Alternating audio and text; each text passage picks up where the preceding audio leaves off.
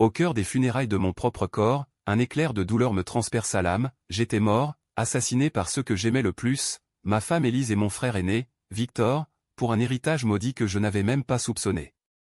Le poison avait coulé dans mes veines comme un serpent froid lors du dîner familial à notre villa de Neuilly-sur-Seine, et tandis que mon cœur s'arrêtait, j'avais vu leur sourire faux, leurs yeux brillants de triomphe. Mais la mort n'était pas la fin, un vortex de ténèbres m'avala, et je me réveillai en sursaut dans mon lit, 10 ans plus tôt, le corps de l'homme que j'étais avant la trahison, le pouls battant à nouveau, prêt à réécrire le sang versé. Je clignai des yeux, le cœur cognant comme un marteau-piqueur contre mes côtes.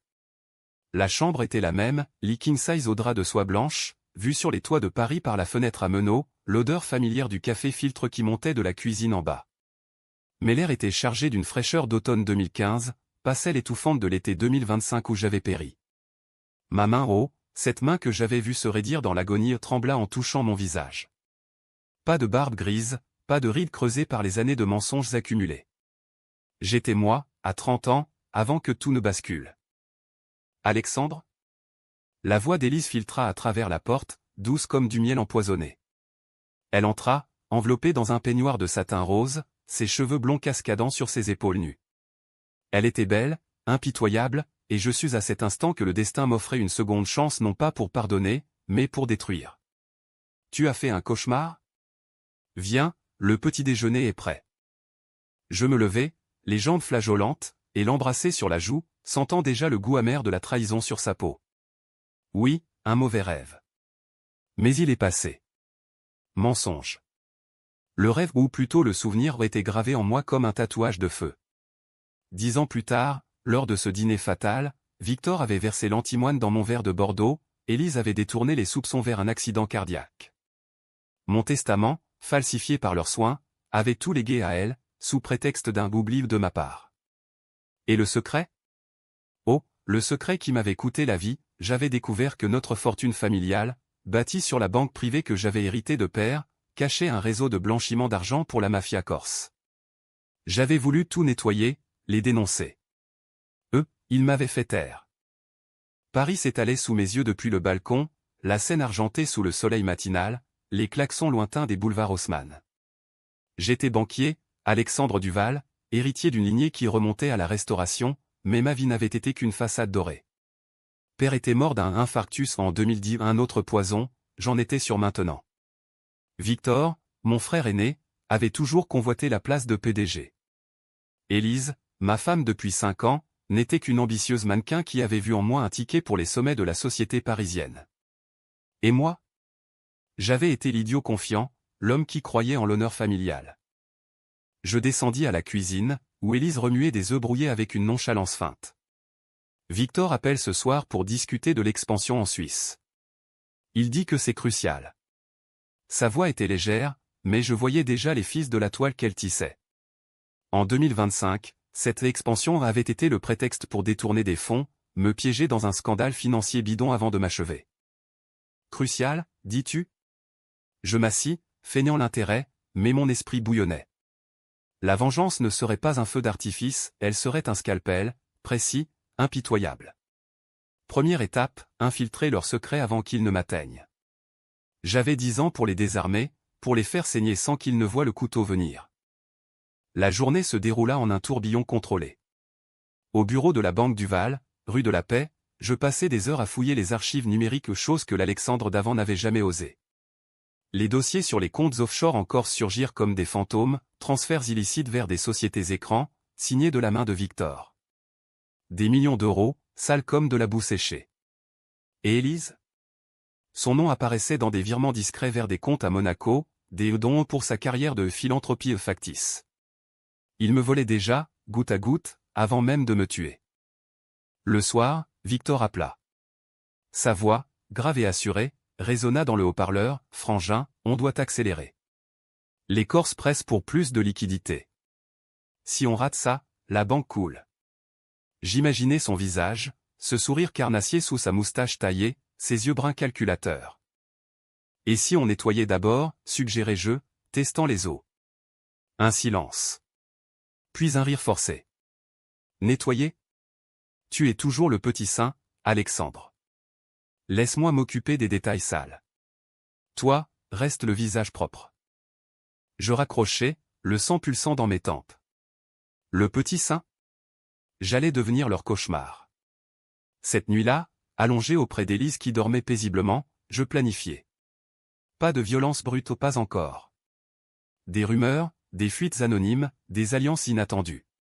Mais il y aurait des choix sombres, des lignes que je franchirais, et que Dieu me juge si je le pouvais. Les semaines suivantes furent un balai de duplicité. Je feignais l'affection pour Élise, l'emmenant dîner au Fouquet's sur les Champs-Élysées, où les lustres en cristal scintillaient comme des larmes de diamant. « Tu es si distant ces temps-ci, mon amour », murmura-t-elle un soir, sa main sur la mienne, ses ongles vernis de rouge sang effleurant ma peau.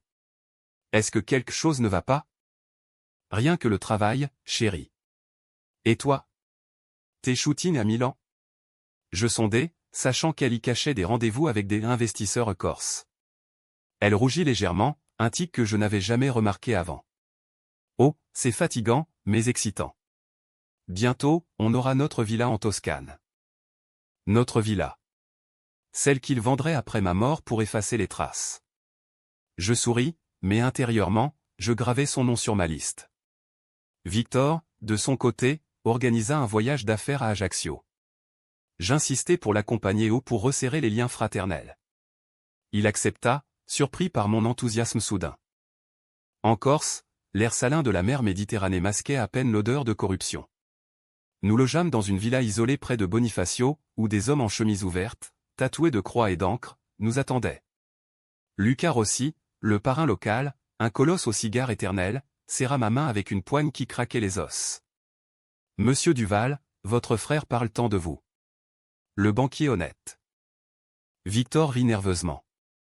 Alexandre est le cerveau pur, moi les muscles. Le soir, autour d'une table chargée de vin et d'agneau rôti, les négociations commencèrent. Des prêts fictifs, des retours sur investissement via des casinos illégaux. J'écoutais, notant chaque nom, chaque chiffre dans un carnet mental forgé par 10 ans de regrets. Mais la nuit, seul dans ma chambre, je contactais un hacker freelance via un forum anonyme sur le dark web, un risque que l'ancien moi n'aurait jamais pris. Besoin d'infos sur Duval Frères et Rossi, tapez jeu. La réponse arriva en heure, des enregistrements audio volés, Victor promettant ma tête si je fouinais trop. Ironie du sort. De retour à Paris, je commençais à distiller le poison métaphoriquement d'abord. Un article anonyme dans Le Monde, soupçon de blanchiment à la Banque Duval, des liens corses. Victor paniqua, m'appelant furieux, qui a fait ça? C'est un coup des concurrents. Ou des fantômes du passé, répondis-je calmement, observant son reflet dans le miroir de mon bureau, pâle comme un linceul. Élise, elle, se fit plus câline, plus possessive. Protège-nous, Alexandre. Nous contre le monde. Nous contre le monde. Bientôt, ce serait moi contre vous. Le premier choix controversé vint lors d'une soirée gala à l'Opéra Garnier. Élise y paradait en robe fourreau émeraude, attirant les regards des élites. Je l'avais vue, dans ma vie passée, flirter avec un politicien véreux là-bas, scellant un deal pour couvrir leurs traces. Cette fois, je l'y laissai seul un moment, après avoir glissé un micro minuscule dans son sac à main, technologie achetée au marché noir. Les enregistrements que j'écoutais plus tard, seul dans mon bureau aux lumières tamisées, étaient un poignard dans les tripes. Oui, chérie, Alexandre soupçonne quelque chose. Mais Victor s'en occupe. Bientôt, il signera les papiers pour le transfert total. Et si? Sa voix, suave, complice avec l'homme au pouvoir. Je serrai les poings jusqu'au sang. La tentation de la confronter, de la gifler, me submergea. Mais non. La vengeance exige patience. Au lieu de cela, j'envoyai l'audio à un journaliste d'investigation, Le Figaro, avec une note, pour la vérité. Anonyme. Les retombées furent immédiates. Élise rentra en larmes le lendemain, un tabloïd à la main, épouse de banquier impliqué dans scandale? C'est faux. Quelqu'un me calomnie, hurla-t-elle, se jetant dans mes bras. Je la serrai, feignant la compassion. Nous traverserons ça ensemble. Mais dans mon cœur, la graine de haine germait. Et Victor? Il débarqua à la banque, rouge de rage. C'est toi, n'est-ce pas? Tu veux me couler pour prendre tout? Frère, dis-je, les yeux dans les yeux, et si c'était le karma? Il partit en claquant la porte, mais je vis la peur dans son regard. La première fissure dans leur armure. Pourtant, ce n'était que le début. Les nuits devinrent des veilles solitaires, où je revivais ma mort, le goût métallique du poison, les rires étouffés, le vide infini. Pourquoi moi? Pourquoi cette seconde chance? Pour punir, oui, mais aussi pour racheter mes propres erreurs. J'avais fermé les yeux sur les magouilles de Victor pendant des années, par loyauté fraternelle. J'avais ignoré les infidélités d'Élise, par amour aveugle. Cette fois, je serais le juge, le bourreau. Un mois plus tard, une opportunité se présenta, une auditrice interne, Sophie Laurent, une femme aux lunettes cerclées d'acier et au chignon sévère, demanda un rendez-vous. Monsieur Duval, j'ai des irrégularités dans les comptes suisses. Des transferts non autorisés. Je la regardais, sentant un allié potentiel. Dans ma vie passée, elle avait été licenciée pour incompétence, un sabotage de Victor. Dites-m'en plus, mademoiselle Laurent. Discrètement. Nos rencontres devinrent régulières, dans des cafés anonymes du Marais. Sophie était brillante, impitoyable avec les chiffres. Ensemble, nous cartographiâmes le réseau, des flux d'argent vers des yachts à Cannes, des villas en Sardaigne, tout lié à Rossi. Et le twist?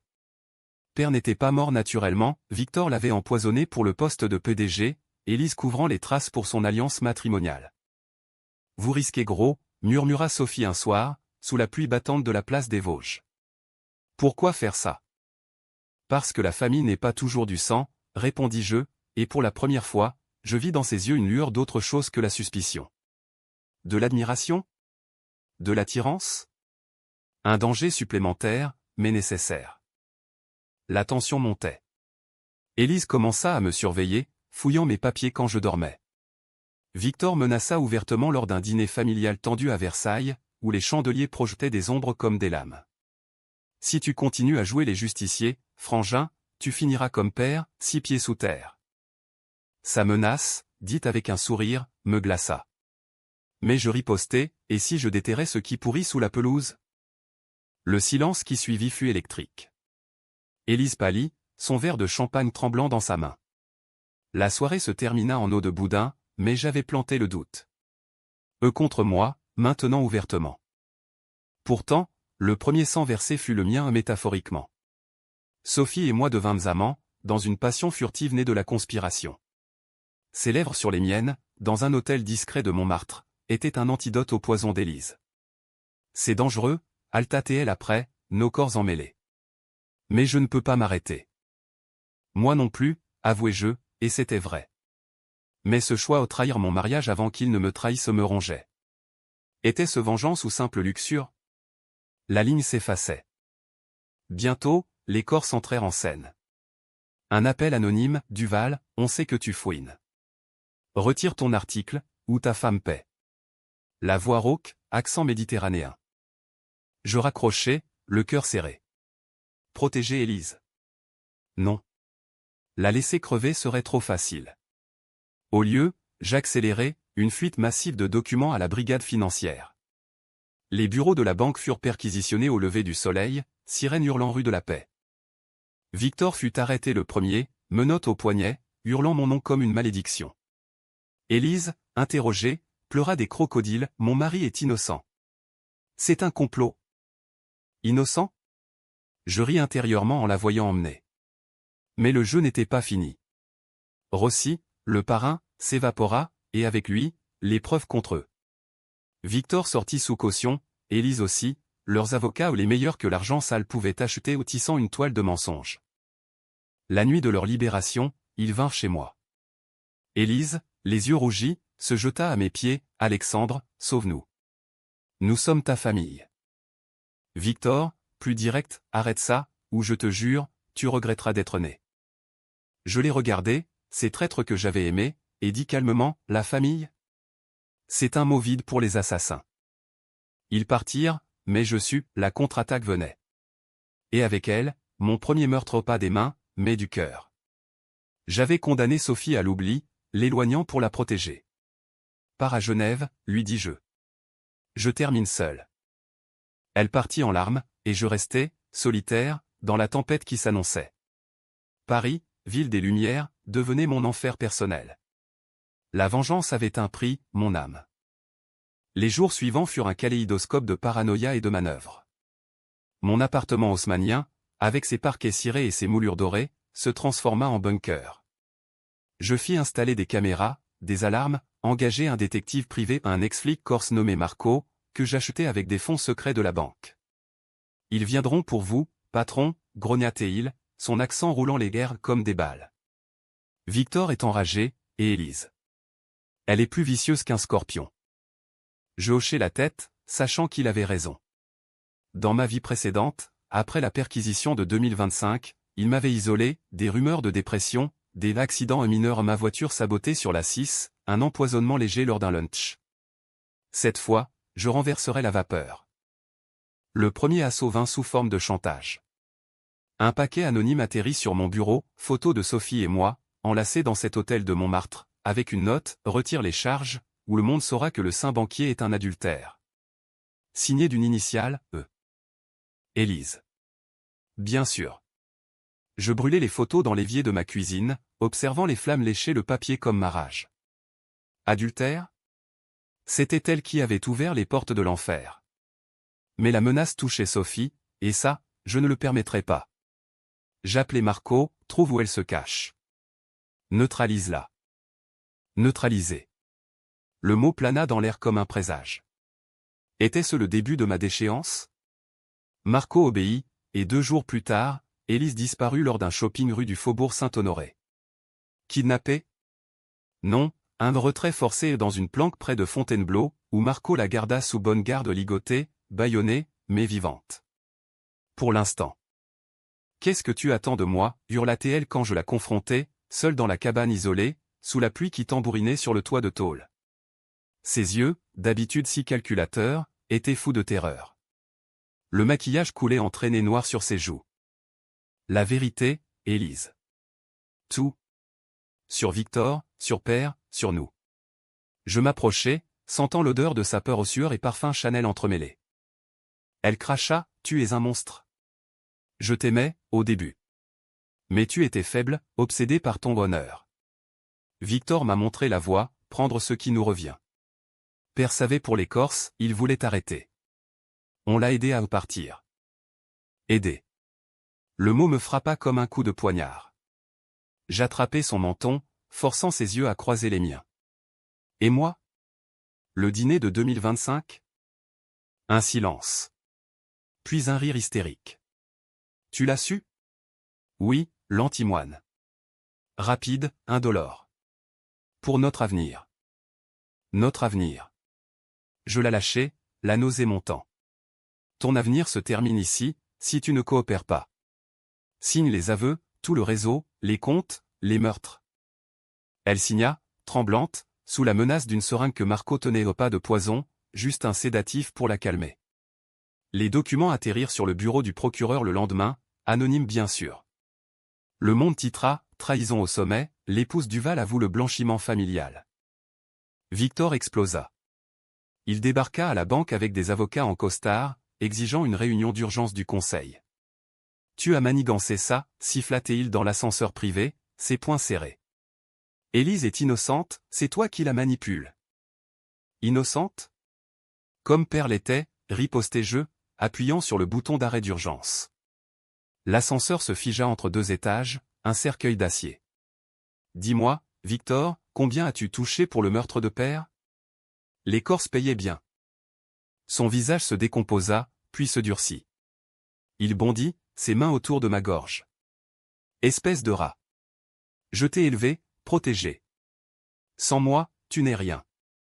Je me débattis, sentant l'air se raréfier, mais j'avais anticipé. Un tasé, caché dans ma poche, crépita contre son flanc. Il s'effondra, convulsé, bavant. Quand les portes s'ouvrirent enfin, je l'abandonnai là, feignant un malaise pour les témoins. Les ambulanciers l'emportèrent, et moi, je sortis, le cœur battant d'une excitation malsaine. Mais la toile se resserrait autour de moi aussi. Rossi, le parrain, envoya des hommes. Une nuit, en rentrant d'un opéra à Bastille la Traviata, ironie du sort, avec ses thèmes de trahison amoureuse, 2 silhouettes masquées m'attendirent dans l'allée sombre derrière mon immeuble. Des coups de couteau fulgurants, visant le ventre. J'esquivai le premier, riposter avec une clé à molette de ma sacoche ou un choix paranoïaque qui sauva ma vie. Le second homme grogna, du sang giclant sur les pavés humides. Je l'ai laissé pour mort, haletant, les sirènes approchant. Pas de police pour moi, Marco nettoya la scène, attribuant l'attaque à une règle des comptes entre Corses. Mais le message était clair, il venait pour ma tête. Élise, libérée sous caution grâce à ses aveux forcés et qu'elle rétracta immédiatement, tenta une réconciliation théâtrale. Elle apparut à ma porte un matin brumeux, en tailleur blanc immaculé, un bouquet de roses rouges à la main. « Pardonne-moi, Alexandre. C'était Victor qui m'a entraîné. Je t'aime encore. » Je la laissai entrer, curieux de son jeu. Nous bûmes du thé dans le salon, face à la cheminée où crépitaient des bûches. « Prouve-le, dis-je. Donne-moi les codes des comptes offshore. Finissons en proprement. » Ses yeux s'écarquillèrent, mais elle tapa sur son téléphone, feignant la soumission. Les codes arrivèrent faux, bien sûr. Une alarme se déclencha en Suisse, alertant les autorités. C'était son piège, me faire passer pour le voleur. La police débarqua 1 heure plus tard, menottes prêtes. « Monsieur Duval, vous êtes accusé de détournement. » Je ris, calmement. Vérifiez les logs. C'est elle qui a initié le transfert. J'avais anticipé, bien sûr, Marco avait tracé l'IP. Élise fut arrêtée sur place, hurlant des insanités, « Salaud! Tu m'as piégé. » Le soir, seul avec un cognac Louis XIII, je réfléchis à mon prochain coup. Victor, hospitalisé pour choc électrique, complotait depuis son lit. Des appels interceptés par Marco révélaient un plan, m'attirer dans un piège à Deauville, lors d'un sommet familial bidon. J'y allais, armé d'un revolver acheté au Black, un choix qui me hantait, car l'Alexandre d'avant détestait les armes. Deauville, avec ses casinos art déco et sa plage balayée par le vent, était un décor parfait pour un règlement de compte. Victor m'attendait dans une suite du Normandie, flanqué de 2 gorilles corses. « Bienvenue, frère, dit-il, un verre de Calvados à la main. Trêve ? On partage tout, comme avant. » Je m'assis, le revolver dissimulé sous ma veste. « Partager ? Tu as tué père pour ça. Et moi, tu comptes m'achever pareillement ? » Il blêmit. Les gorilles avancèrent, mais je fus plus rapide. Un coup de feu le premier, assourdissant dans la pièce lambrissée. Un gorille s'effondra, l'autre chargea. Corps à corps, poing et lame, jusqu'à ce que Marco surgisse par la fenêtre, son couteau corse tranchant net la gorge du survivant. Victor, acculé contre la baie vitrée donnant sur la mer déchaînée, supplia, « Pitié, Alexandre. On est du même sang. » « Du même sang ?» Je pressai le canon contre sa tempe. Perlétait. « Toi, tu n'es qu'un serpent. » La détonation résonna comme un glas. Son corps glissa, laissant une traînée rouge sur le tapis perçant. J'avais tué. Le poids en fut immédiat, un vide abyssal. Était-ce justice ou meurtre? La ligne s'était brisée. Marco traîna le corps vers la plage, où la marée l'engloutirait. C'est fait, patron. Mais les Corses sauront. Ils surent. Des incendies éclatèrent, ma voiture, le bureau de Sophie à Genève. Elle m'appela, voix brisée, par « Alexandre. C'est trop. » Mais je ne partais pas. La vengeance culminait. Élise, en détention provisoire à Fresnes, reçut ma visite. Derrière la vitre blindée, elle était brisée, les cheveux ternes, le visage marqué. « Tue-moi, si tu veux, » murmura-t-elle. « Mais souviens-toi, je t'ai aimé, à ma façon. »« Ton amour était du poison, » répondis-je. « Et le mien sera pire. » Je quittai la prison avec un plan final, livrer Rossi. Marco, mon allié traître car il l'était, un espion double, me mena droit à lui, dans une oliveraie près de Calvi. La confrontation fut shakespearienne, sous la lune corse, Rossi, cigare au bec, rit de ma fureur. « Petit banquier, tu crois pouvoir nous arrêter? Ton frère était l'un des nôtres. » Un tir. Marco trahit, visant mon dos. Mais j'avais vu venir, le revolver cracha, et Marco s'écroula, son sang arrosant les oliviers. Rossi chargea, mais Marco, dans son dernier souffle, le poignarda. Le parrain mourut gargouillant, ses secrets emportés par le vent. De retour à Paris, les charges tombèrent, aveu d'Élise, corps de Victor rejeté par la mer comme un message divin. La banque fut sauvée, nettoyé, vendu à un conglomérat propre. Moi? Je devins un fantôme, voyageant en Europe, hanté par les morts que j'avais semés.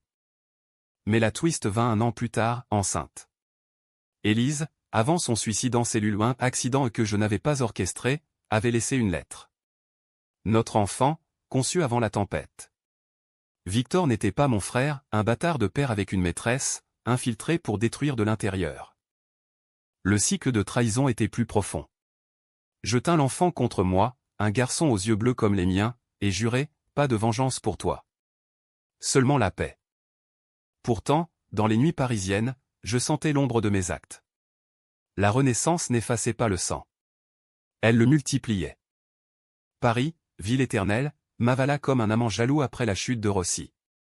J'errais dans ses veines les bistrots enfumés de Saint-Germain, les ponts suspendus de la Seine où les amants se baisaient en secret, mais nulle part je ne trouvais la paix. L'enfant, que j'appelais Lucien en mémoire d'un oncle honnête mort jeune, grandissait dans une crèche discrète à Passy, sous la garde d'une nounou payée grassement pour le silence. Ses yeux qui me regardaient avec une innocence que je ne méritais plus, étaient un rappel constant, j'avais tué pour renaître, mais qu'étais-je devenu? Les autorités classèrent l'affaire Duval comme un nettoyage interne, blanchiment démantelé, suspect mort ou incarcéré. La presse, avide de scandale, passa vite à autre chose, un ministre surpris en flagrant délit, une star de cinéma en overdose. Moi, Alexandre Duval, je devins une ombre, voyageant sous un nom d'emprunt, Laurent Moreau, consultant financier freelance. Sophie, revenue de Genève après des mois de silence, insista pour me rejoindre. Tu ne peux pas porter ça seule, dit-elle lors de notre réunion dans un café du quartier latin, ses lunettes embuées par la vapeur de son espresso. Seul? J'ai Lucien maintenant. Et toi? Tu mérites mieux qu'un assassin. Les mots sortirent amers, chargés du poids de Deauville, du sang sur mes mains que même les savons de Marseille n'effaçaient pas. Elle posa sa main sur la mienne, ferme. Assassin? Ou justicier? Tu as sauvé la banque, exposé la pourriture. Victor et Élise étaient des monstres. Justicier. Le mot sonnait faux dans ma bouche, comme un costume trop serré. Mais Sophie avait raison sur un point, la vengeance avait un écho. Des rumeurs circulaient dans les cercles corses survivants des cousins de Rossi, tapis à Marseille, qui murmuraient mon nom comme une malédiction. Marco avait eu un frère, un lieutenant qui jurait vengeance. Et Élise? Son suicide en cellule pendu avec ses propres bas de soie n'avait pas été un accident. Une note, glissée par un gardien corrompu, pour le bébé. Dis-lui que sa mère regrettait. Regrettait? Trop tard. Lucien, à 2 ans, babillait des mots en français approximatif, et chaque papal était un coup de fouet. Je l'emmenai au Luxembourg, le poussant sur les manèges sous les marronniers en fleurs, feignant la normalité. Mais les ombres me suivaient, un homme en imperméable noir sur un banc, un regard trop insistant dans la foule. Le premier signe concret vint lors d'une nuit d'orage, fin automne 2016. Je rentrais d'un rendez-vous à la Défense à un audit pour une start-up clean, ironie quand ma voiture dérapa sur l'autoroute A14, pneus crevés par des clous dissimulés. Crash contrôlé contre la glissière, mais suffisant pour me secouer. Dans l'hôpital de Neuilly, sous néon blafard, un infirmier murmura en m'injectant un calmant, pour les Duval, la mer ne rend pas tout. Les Corses. Ils avaient infiltré jusqu'aux blouses blanches. Je quittai l'hôpital en douce, alertant Sophie par un burner phone, prends Lucien. Allez en Suisse. Maintenant. Elle obéit, mais pas sans larmes. Rejoins-nous, Alexandre. Où tout ça n'a servi à rien. Servi? La banque prospérait sous nouveau management, des emplois sauvés, des familles protégées du blanchiment. Mais mon âme? Elle saignait encore. Je plongeais plus profond dans l'ombre. Contactant un ancien contact de Marco, un hacker serbe nommé Dragan, opérant depuis un sous-sol de Belleville, je traquais les restes du réseau. Des comptes gelés à Chypre, des cargaisons de drogue masquées en olive. Et le chef? Un neveu de Rossi, Enzo, un jeune loup au tatouage neuf et à l'ambition dévorante. Il opérait depuis un bar à striptease des Champs-Élysées, façade pour des deals nocturnes. L'infiltration fut un choix controversé, un pas de plus dans l'abîme. Déguisé en homme d'affaires ruiné aux barbes postiches, accent belge, je m'approchai d'Enzo lors d'une soirée arrosée de champagne et de cocaïne. J'ai perdu gros avec Duval, menti-je, glissant un billet de 500 € dans la main d'une danseuse. Besoin de laver du cash propre. Enzo, yeux plissés sous ses sourcils épais, m'évalua. Duval? Le traître mort? T'es des nôtres, alors. Viens demain, on parle business. Le lendemain, dans les sous-sols du bar, entouré de caisses de munitions et d'ordinateurs ronronnants, je signais un contrat, blanchir 2 millions pour eux, en échange d'une part. Mais c'était du bluff, Dragan, via un virus, aspirait leurs données en temps réel. Des noms, des adresses, des preuves irréfutables. Pourtant, la tension grimpa. Lors d'une livraison factice à Orly, Enzo me coinça dans un hangar désert, arme au poing. T'es pas belge. T'as l'accent du Val. Le tueur de mon oncle. Le temps suspendu. Je n'avais pas d'arme, un risque calculé pour la crédibilité. Mais Dragan avait piraté les lumières, blackout soudain, chaos. Je fuis dans l'obscurité, coups de feu claquant comme des pétards. Une balle m'effleura l'épaule, sang chaud coulant sous ma chemise. De retour dans mon safe house, un appartement anonyme à Pigalle, je pensais l'appeler seul, whisky à la main. La douleur physique n'était rien, c'était le miroir qui me tuait. L'homme qui me fixait avait les yeux creusés, le regard d'un damné. Que avais-je fait de ma renaissance? Un cycle de violence, où chaque mort appelait la suivante. Sophie appela, Lucien demande son papa. Et moi? Je t'attends. Mais si tu continues, on est morts tous. Ces mots me brisèrent. Le choix, abandonner, fuir vers une vie fade en Suisse, ou achever? La nuit porta conseil ou folie. J'envoyai le dossier complet à Interpol, avec une lettre, fin du réseau Rossi. Par un fantôme. Les arrestations plurent, Enzo en cavale, mais piégé à Nice lors d'un raid héliporté. Les médias hurlèrent, démantèlement final du cartel corse parisien. Moi, je disparus plus profondément, changeant de ville, de nom. Mais les ombres persistaient. Un rêve récurrent, Élise, pendue, me tendant le bébé. Victor, corps boursouflé par la mer, riant, frère, tu es comme moi maintenant. Et père, spectre accusateur, pourquoi n'as-tu pas écouté avant? Le poids devint insoutenable lors d'un Noël solitaire à Strasbourg, où les lumières des marchés masquaient à peine ma solitude. Lucien, via vidéo, chantait des comptines, Sophie, fatiguée mais aimante, promettait un avenir. Pourtant, un paquet arriva, une photo de nous trois, prise à notre insu, avec un message, la famille Duval n'oublie pas. Bientôt. Enzo avait survécu, échappé, et traquait. Le neveu vengeur, miroir de ma propre rage. Ironie cruelle, j'avais créé mon double maléfique. La confrontation finale se profila à Pâques 2017, dans les ruelles pavées de la butte aux Cailles. Sophie et Lucien étaient en sécurité à Genève, moi, je tendis un piège. Un faux rendez-vous avec un contact Dragan comme appât. Enzo mordit, arrivant avec 2 hommes, armes luisantes sous les réverbères. La fusillade fut brève, brutale. Balles ricochant sur les murs tagués, cris étouffés. Je tuai un homme d'un tir à la poitrine, l'autre fuit. Enzo et moi, face à face dans une cour intérieure, puis Finn rinçant le sang. Pour mon oncle, grognatait-il, chargeant avec un couteau. Nous luttâmes, corps contre corps, sueur et haine.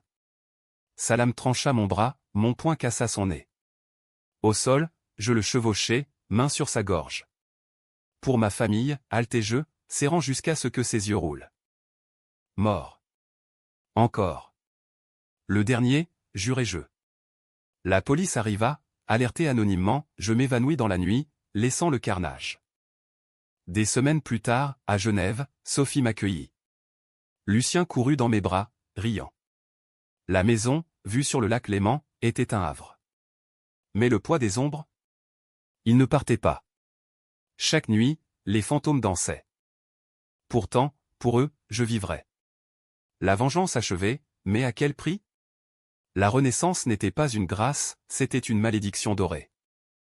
Genève, avec ses eaux calmes et ses banques impassibles, devint mon exil doré. Mais l'exil n'efface pas les cicatrices, il les ronge en silence. Sophie, mon ancre, transformait notre chalet en nid, rideau de lin, jouet en bois pour Lucien, dîner aux chandelles où nous parlions d'avenir, un avenir sans sang. Elle avait repris son poste d'auditrice chez une firme suisse, ses analyses précises maintenant des empires légaux. Moi, je consultais à distance, effaçant des traces numériques pour des clients propres, ironie qui me faisait sourire amer. Lucien grandissait, un taudelé aux boucles brunes et aux questions incessantes. « Papa, pourquoi t'as des cicatrices ?» Je lui racontais des histoires de voyages aventureux, omettant les balles et les poisons. Mais la nuit, quand il dormait, les éclats de ma chute me hantaient, flash de Deauville, le craquement du cou de Victor, le gargouillis d'Enzo sous mes doigts. Étais-je un héros ou un monstre? La réponse variait avec la lune. Le premier éclat craque la notre paix en été 2018. Une lettre, postée de Marseille, glissée dans notre boîte, une mèche de cheveux oblongs, comme ceux d'Élise avec une note, l'héritier Duval doit payer. On vient. Anonyme, mais je reconnus l'écriture, un cousin de Rossi, peut-être, ou un gardien de Fresnes soudoyé par les restes du cartel. Sophie pâlit en la lisant. On part. Canada, Australie, n'importe où. Non, dis-je, la voix dure. Fuir? C'est ce qu'ils veulent. Je finis ça ici. Choix controversé, égoïste, protéger ma famille signifiait les exposer encore.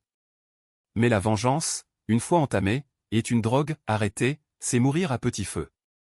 Je rappelai Dragan, le Serbe, maintenant installé à Zurich. Fouille les forums corses. Trouve la source. Il obéit, ses doigts volant sur les claviers, des postes cryptés sur un darknet, des contrats ouverts sur la veuve du Valais Spawn. Prix, 500 000 €. Lucien, une prime sur sa tête. La rage remonta, bile acide. Je volai vers Marseille, seul, laissant Sophie en alerte. La cité phocéenne, avec ses calanques turquoises et ses bas-fonds puants, était le cœur battant du mal que j'avais éradiqué ou cru l'avoir fait. Sous un faux nom, je louai une chambre d'hôte près du vieux port, observant les pêcheurs et les trafiquants se mêler dans la brume matinale. Dragan traqua, le commanditaire, un oncle d'Enzo nommé Gino, exilé en Sardaigne mais actif via des mules marseillaises. Gino, la soixantaine bedonnante, dirigeait un réseau de pêche illégale aux couvertures pour de la coque venue d'Amérique du Sud. Je l'approchai via un intermédiaire, un barman tatoué du bar de l'Indien, où l'absinthe coulait comme des larmes. « T'es qui, toi » grogna Gino lors de notre rencontre dans un entrepôt portuaire, entouré de caisses d'huîtres et d'armes rouillées. Son haleine empestait l'anis et la haine. « Un Duval » dis-je simplement, ôtant ma casquette. Ses yeux s'écarquillèrent, puis plissèrent en fente. « Le fantôme. T'as tué mon neveu. Pour ça, ton gosse crèvera lent. » Je ne ripostai pas avec des mots, avec des faits. Dragan avait gelé ses comptes la veille aux 3 millions évaporés en un clic. Gino blêmit. Salaud. Comment? La tech, Gino. Plus fort que vos couteaux.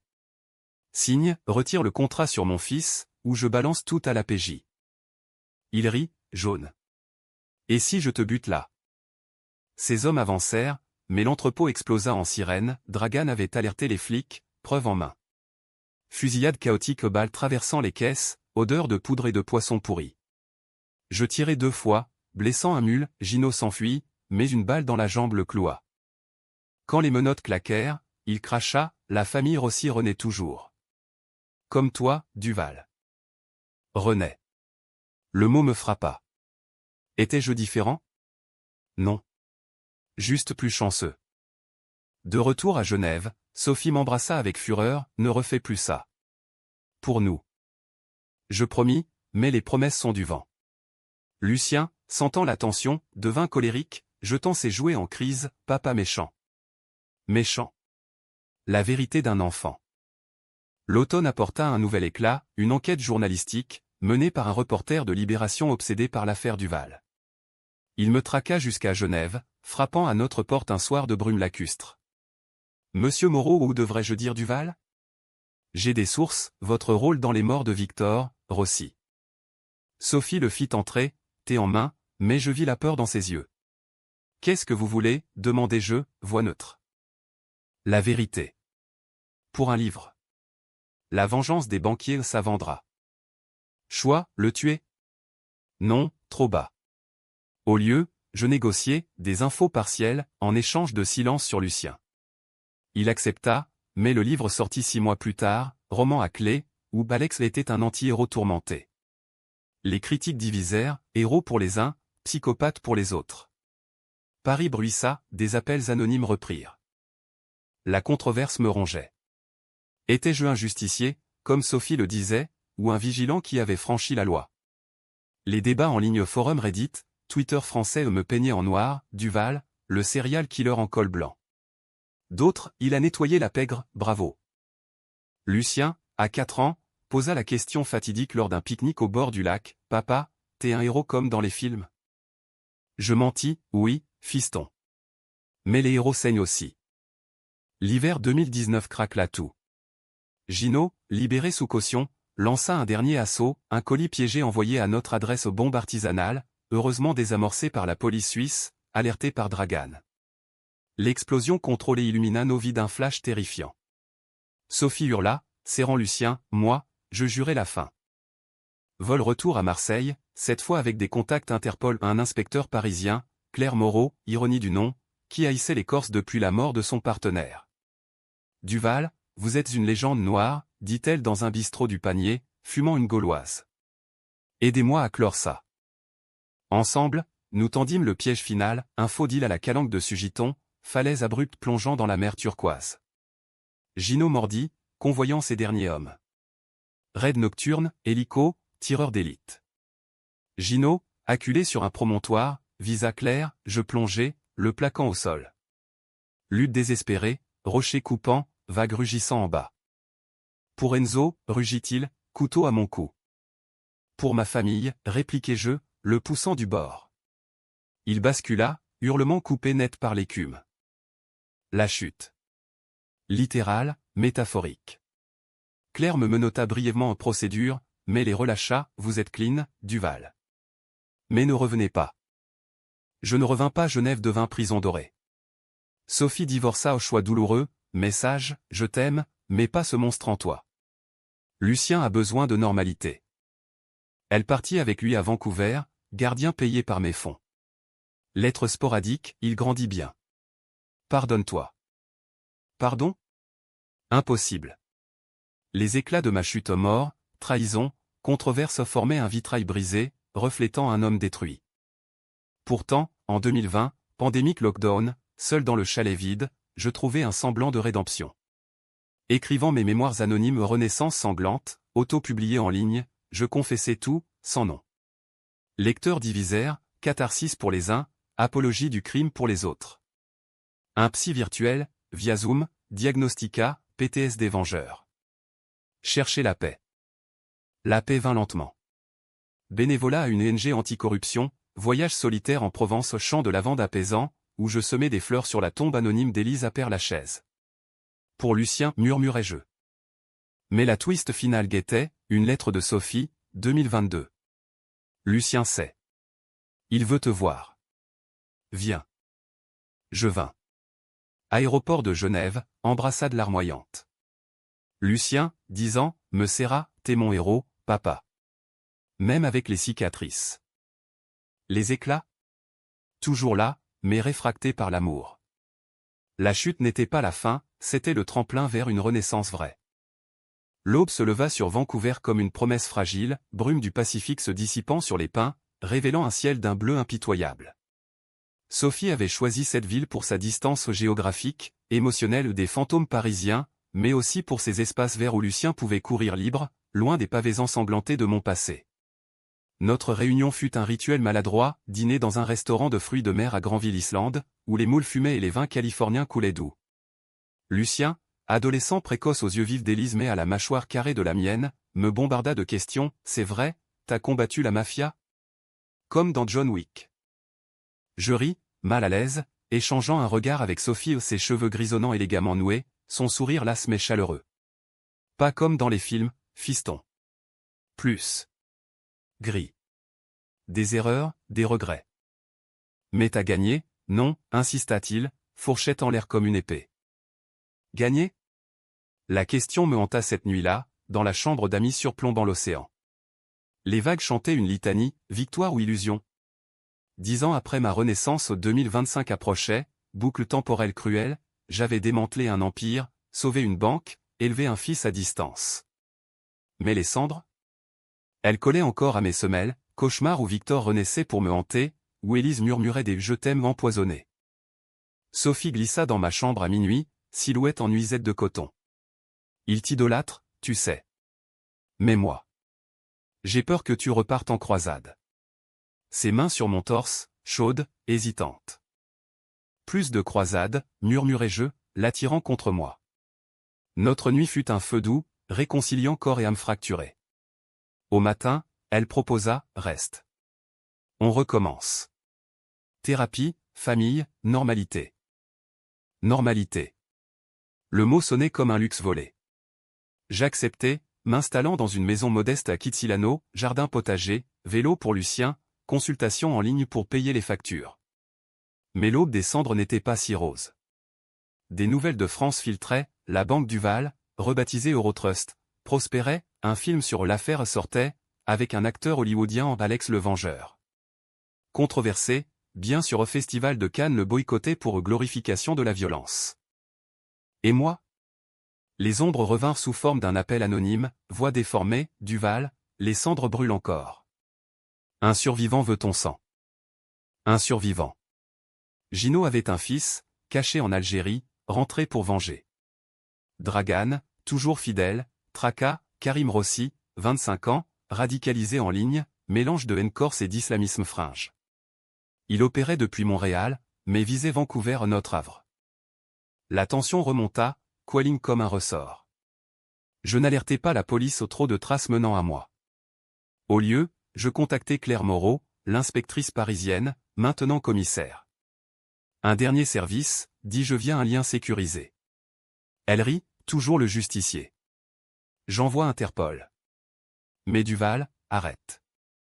Vie. Vie. Facile à dire. Pendant des semaines, je devins parano, trajet scolaire en zigzag, caméra sur la maison, revolver sous l'oreiller aux vestiges de Paris. Lucien remarqua, papa, t'es bizarre. C'est à cause de maman? Maman. Élise. Je lui racontai une version édulcorée, elle était compliquée. Mais elle t'aimait. Il hocha la tête, sage au-delà de ses ans.